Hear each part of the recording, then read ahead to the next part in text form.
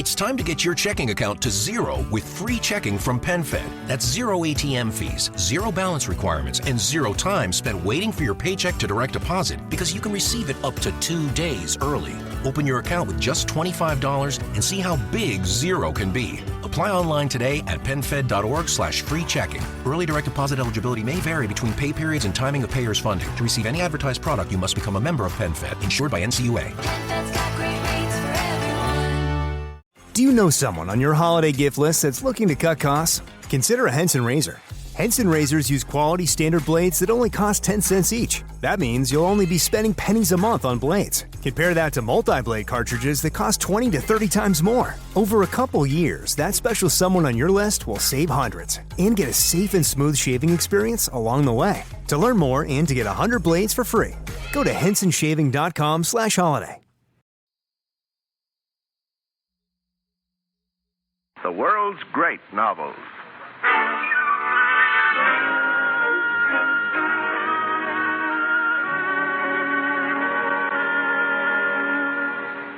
Presenting A Child is Born, the beautiful Christmas play written especially for radio by Stephen Vincent Benet.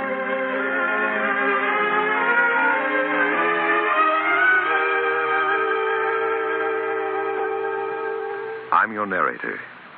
It's my task to say just where and how things happen in our play. It's an old task. Old as the human heart. Old as those bygone players in their art who, in old days when faith was nearer earth, played out the mystery of Jesus' birth in hall or village green or market square for all who chose to come and see them there. And if they knew that King Herod in his crown was really Wat, the cobbler of the town, and Tom the fool played Abraham the wise, they did not care. They saw with other eyes. The story was their own, not far away. As real as if it happened yesterday. So we tonight, who are your players too, ask but to tell that self-same tale to you in our own words. The plain and simple speech of human beings, talking each to each. Troubled with our own cares, not always wise, and yet, at moments, looking toward the skies. The time is time. The place is anywhere. The voices speak to you across the air to say that once again a child is born. A child is born.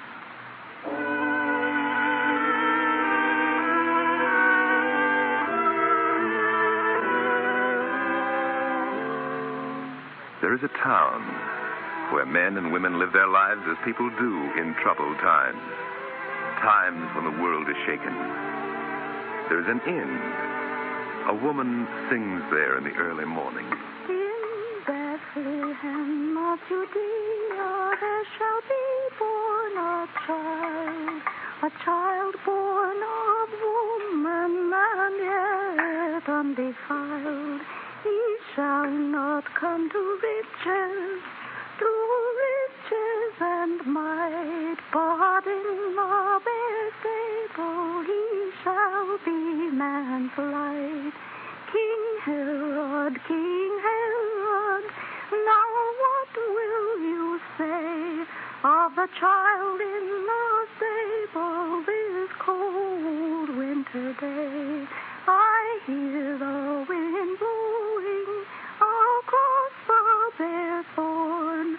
I fear not, King Herod, if this child may be born. Singing again? I told you not to sing. I'm sorry, I forgot. Forgot? That's fine. That's wonderful. That answers everything. The times are hard enough and bad enough for anyone who tries to keep an end. The country's occupied. We have no country. You've heard of that, perhaps. You've seen their soldiers, haven't you? You know just what can happen to our sort of people once there's a little trouble? Answer me. I've seen, I know. You've seen. You know. And you keep singing songs. Not ordinary songs, the kind of songs that might bring in a little bit of trade. Oh, no. You have to sing rebellious songs about King Herod. I think he must be a wicked man. Oh, Do you pretend to know the ins and outs of politics and why the great folk do the things they do? And why we have to bear them? Because it's we who have to bear them. First and last and always. In every country and in every time. They grind us like dry wheat between the stones. Don't you know that? I know that somehow kings should not be wicked and grind down the people. I know that kings like Herod should not be. All right. I'm not denying that. Still, there he is. He's king. How will it help if I go out and write on someone's wall, "Down with King Herod"? What's it worth? The cross for me. The whipping post for you. The inn burned, the village fined for treason, just because one man didn't like King Herod. For that's the way things are. Yet there are men. Oh, yes, I know. Fanatics, rebels, fools, seekers of some vague kingdom in the stars. They hide out in the hills and stir up trouble. Call themselves prophets, too, and prophesy that something new is coming to the world, the Lord knows what. Well, it's a long time coming, and meanwhile, we're the wheat between the stones. Something must come. Believe it if you choose. But meantime, if we're clever, we can live and even thrive a little. Clever wheat that slips between the grinding stones and grows in little green blade sprinkles on the ground. At least if you'll not sing subversive songs to other people but your poor old husband. Come, wife. I've got some news. I didn't mean to be so angry with you. You've some queer fancies in that head of yours. Lord, don't I know. But you're still the tall girl with the grave eyes and the brook-running voice I took without a dower or a price out of your father's house because...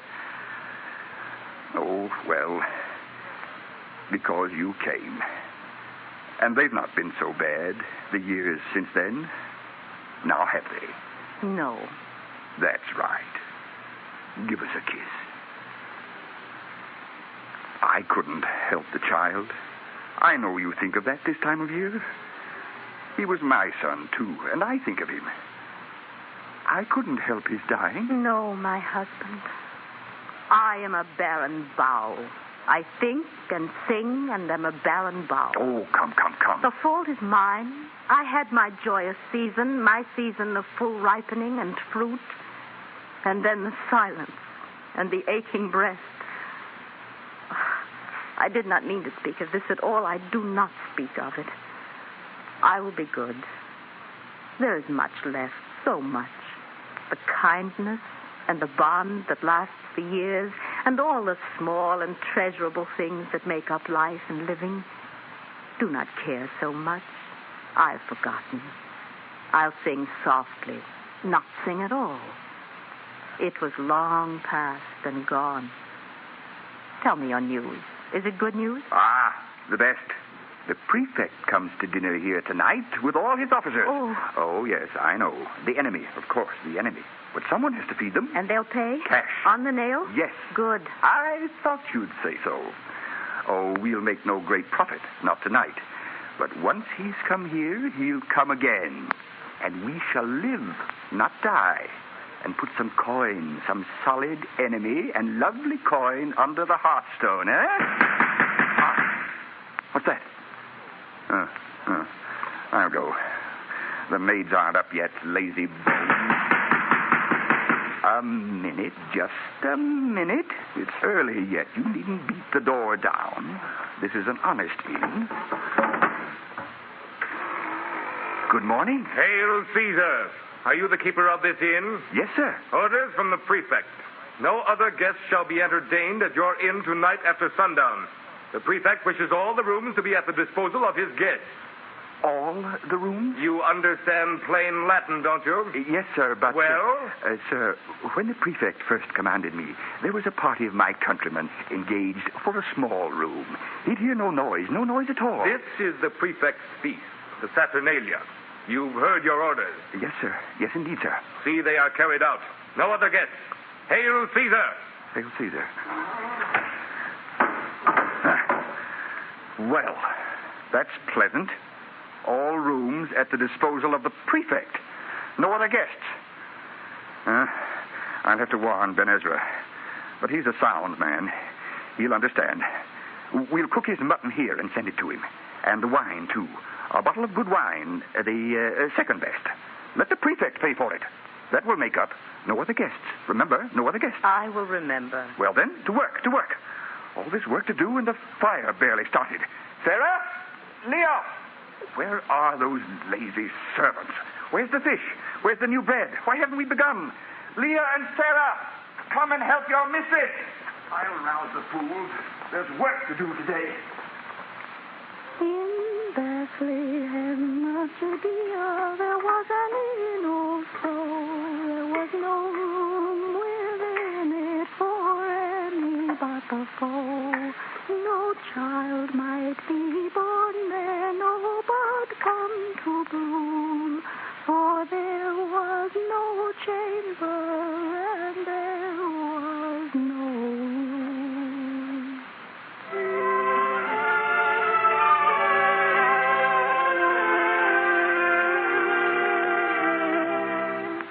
And the day passed, and night fell on the town.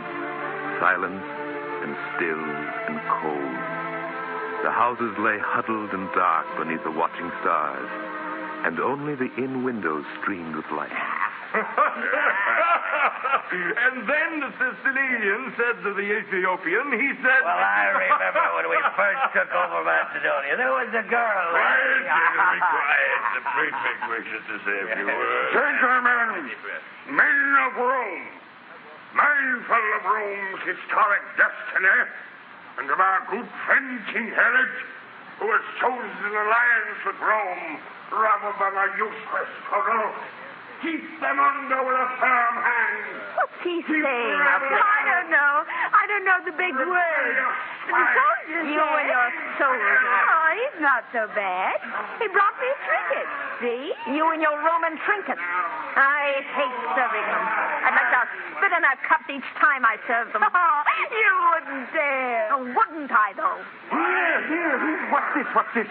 Why are you standing idle? They're calling for more wine. Well, let Leah serve them. She likes their look. Sarah. Yes, mistress. Please, Sarah. We've talked like this so many times. Very well, mistress. But let her go first. Well, go on. Get up the stairs, you little soldier's comfort. I hope he pinches you. Mistress, it's not my fault to stare at you. Oh, go, both of you. Well, that's a pretty little tempest for you. You ought to beat the girl. She's insolent and shows it. Oh, we can't be too hard on her. Her father's dead, her brother's in the hills. And yet she used to be a married child. You always take their side. And yet you'd think a self-respecting inn could have some decent and well-mannered maids. But no such luck. Sullens and sluts, the lot of them. Give me a stool. I'm tired.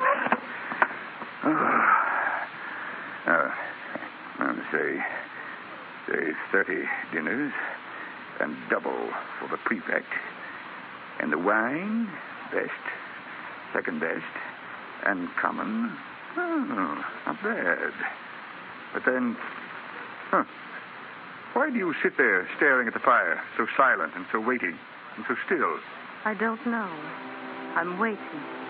Waiting for what? I do not know. For something new and strange. Something I've dreamt about in some deep sleep, truer than any waking. I do not know its shape, its will, its purpose, and yet all day its will has been upon me.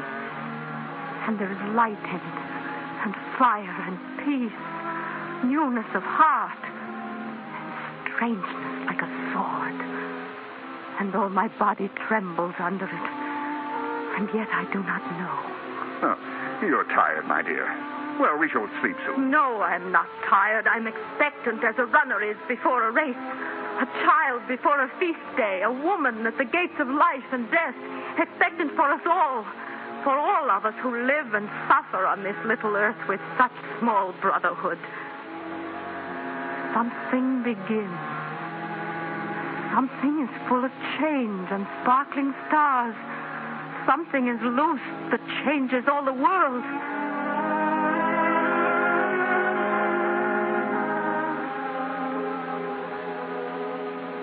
And yet, I cannot read it. I wait and strive and cannot find it. Hark. What's that? They can't come in. I don't care who they are. We have no room. Go to the door. What? No.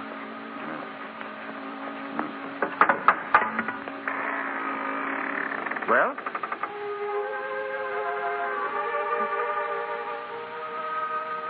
Is this the inn?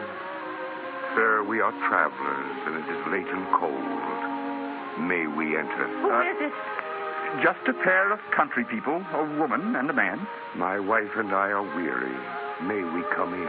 I'm sorry, my good man. We have no room tonight. The prefect's orders. No room at all?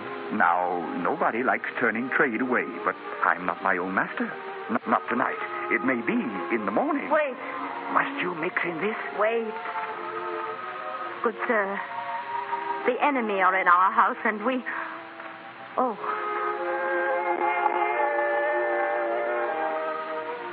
I did not see your wife. I did not know.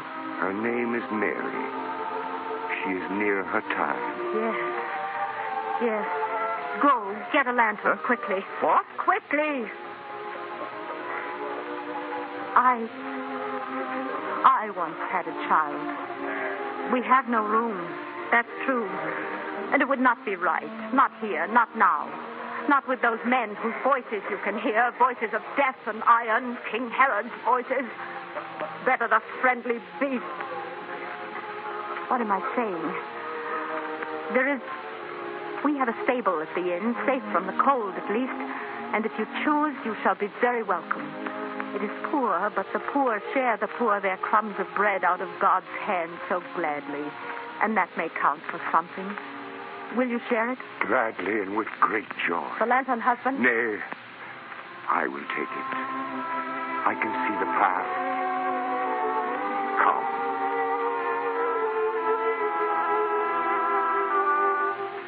Something begins. Starlit and sunlit, something walks abroad in flesh and spirit and fire. Something is loose to change the shaken world. The night deepens.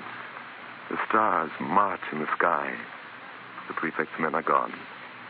The inn is quiet, save for the sleepy servants and their mistress who clean the last soiled pots. The innkeeper drowses before the fire, but in the street outside... We for shepherds watch by night with a hay, with a hoe. A star shone over us so bright, we left our flocks to seek its light in excelsis Deo. Gloria, Gloria, in excelsis Deo. Gloria. Now how may such a matter be with a hay, with a hoe, that we of earth poor shepherds we may look on Jesus' majesty, and yet the star says it is he, it is he, it is he. Sing excelsis Deo, Sing so late. How can they sing so late? Now go and sing. Wait, I'll rub the window pane. It's rimed with frost. They're shepherds from the hills. Shepherds? Yes, mistress. They have crooks and staves. Their tattered cloaks are ragged on their backs. They've gone toward the stable of our inn. They're gone, but mistress, do you hear? Hear what? The tread of steeds on the hard ground, iron hoofs ringing clear, a company that comes from out the east. I've never seen such things. I'm afraid. These are great lords, great kings with strange and memorable beasts and crowns upon their heads. What's that? What's that? Lords, nobles, kings, here in Bethlehem, in our poor town? What fortune? Oh, what fortune? Stand from the window there, you silly girl. I'll speak to them. My gracious noble masters, worthy and mighty kings, our humble inn is honored by your high nobility. Come in, come in. We've fire and beds and wine. Huh? I do not understand it. They're gone. They followed the poor shepherds to the stable. They would not tarry with us. No, not one. And yet... Peace, husband. You know well enough why none would tarry with us, and so do I. I lay a while in sleep, and the voice said to me, Gloria, Gloria, Gloria in excelsis Deo. The child is born, the child is born. And yet I did not rise and go to him, for I was jealous that my child should die and her child live. And so I have my judgment, and it is just. No, mistress, 'tis my fault, not yours. You told me, seek the strangers in the stable and see they had all care, but I forgot. Pitying your soldier. Oh, Sarah. I'm sorry, Lee. My tongue's too sharp. Mistress, the fault was mine. You told me also, and I well remembered. Yet did not go. Sarah. I did not go. Brooding on mine own wrongs, I did not go. It was my fault. If there was any fault, wife, it was mine. I did not wish to turn them from my door, and yet I know I love the chink of money, love it too well, the good, sound, thumping coin, love it, oh God, since I am speaking truth, better than wife or fire or chick or child. And there are many like me, and God pity us. God pity us indeed. For we are human, and do not always see the vision when it comes, the shining change. Or if we see it, do not follow it, because it is too hard, too strange, too new, too unbelievable, too difficult, warring too much with common, easy ways. And now I know this, standing in this light who've been half alive these many years. Life is not lost by dying. Life is lost minute by minute, day by dragging day, in all the thousand small, uncaring ways. The smooth, appeasing compromises of time, which are King Herod and King Herod's men always and always. Life can be lost without vision, but not lost by death. Lost by not caring, willing, going on beyond the ragged edge of fortitude to something more, something no man has seen. You who love money, you who love yourself, you who love bitterness, and I who loved and lost and thought I could not love again, and all the people of this little town, rise up! The loves we had were not enough. Something is loose to change the shaken world, and with it we must change. Now, that's well said. What? Who speaks there? Who are you? Who? My name is Dismas. I'm a thief. You know the starved, flea-bitten sort of boy who haunts dark alleyways in any town. Huh. Sleeps on a fruit sack, runs from the police, begs what he can, and borrows what he must. That's me. How did you get here? By the door, innkeeper. The cellar door. The lock upon it's old. I could pick locks like that when I was 5. What have you taken? Nothing. I tried the stable first, and then your cellar. Slipped in, crept up, rolled underneath the bench, while all your honest backs were turned. And then? And then? Well, something happened. I don't know what. I didn't see your shepherds or your kings. But in the stable, I did see the child, just through a crack in the board. One moment's space. That's all that I can tell you. Is he for me as well? Is he for me? For you as well. Is he for all of us? There are so many of us, worthy mistress. Beggars who show their sores and ask for alms. Women who cough their lungs out in the cold. Slaves. Oh, I've been one. Thieves and renegades. The vast sea of the wretched and the poor, whose murmur comes so faintly to your ears in this fine country. Has he come to all of us? Or just to you? To every man alive. I wish I could believe. And if you did, no doubt you'd give up thieving. Gently, lady, gently. Thieving's my trade, the only trade I know. But if it were true, if he had really come to all of us, I say to all of us, then, honest man or thief, I'd hang upon a cross for him. Huh? Would you? Oh, I see that I've said something you don't like. Something uncouth and bold and terrifying. And yet, I'll tell you this.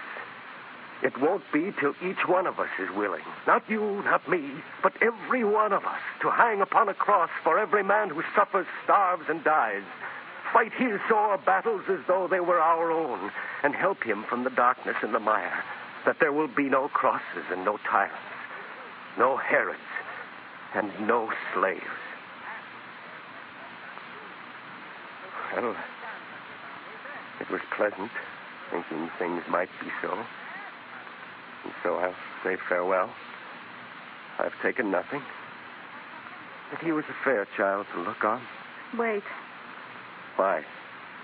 What is it you see there by the window? The dawn.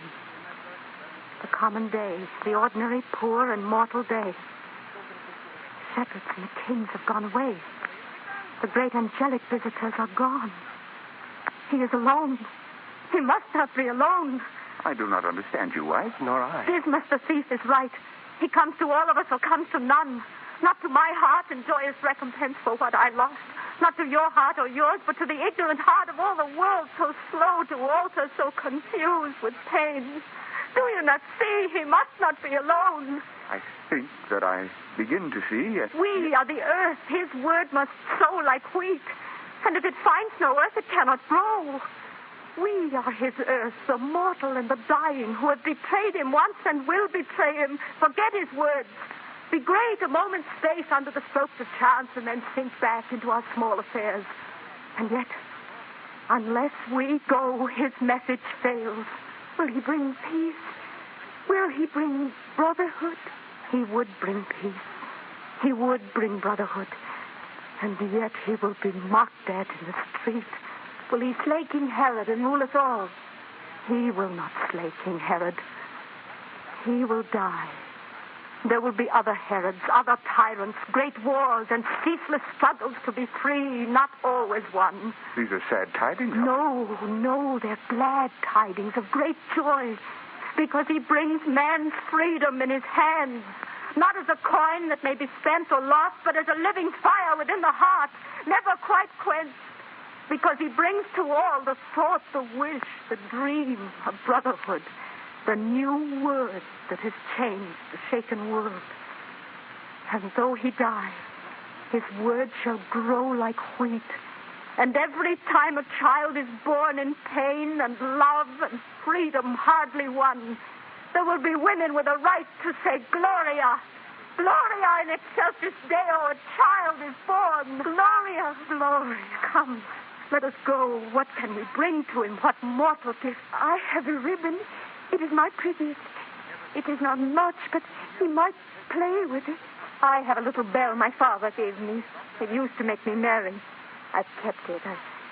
He may have it. My pocket's empty and my rags are bare. But I can sing to him. That's what I'll do. And if he needs a thief to die for him, I would give all my gold. I will give my heart. And I, my faith, through all the years and years. Though I forget, though I'm led astray, though after this I never see his face, I will give my faith. Come, let us go. We the poor earth, but we the faithful earth. Not yet the joyful, not yet the triumphant, but faithful. Faithful through the mortal years. Come. Come, all ye faithful, joyful and triumphant, O come ye, O come ye to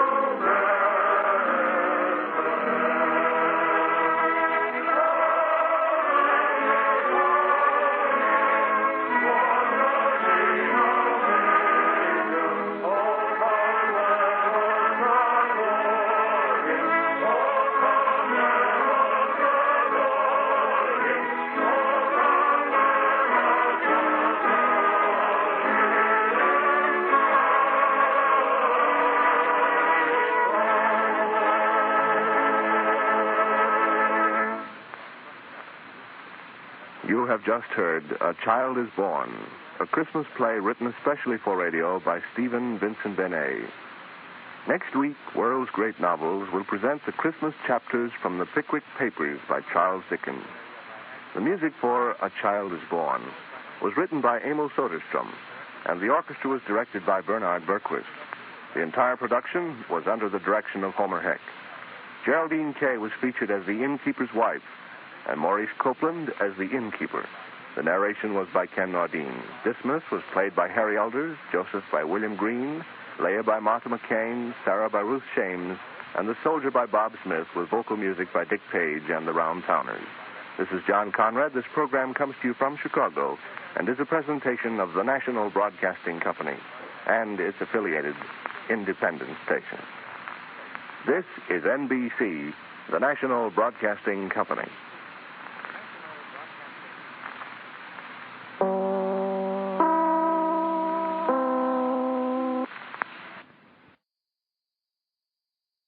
Ah, the sizzle of McDonald's sausage.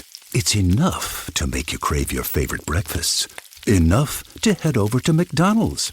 Enough to make you really wish this commercial were scratch and sniff. And if you're a sausage person, now get 2 satisfyingly savory sausage McGriddles, sausage biscuits, or sausage burritos for just $3.33. Or mix and match. Price and participation may vary. Cannot be combined with any other offer or combo meal. Single item at regular price. Ba-da-ba-ba-ba. Okay, round 2. Name something that's not boring. A laundry? Ooh, a book club. Computer solitaire, huh? Ah, oh, sorry, we were looking for Chumba Casino.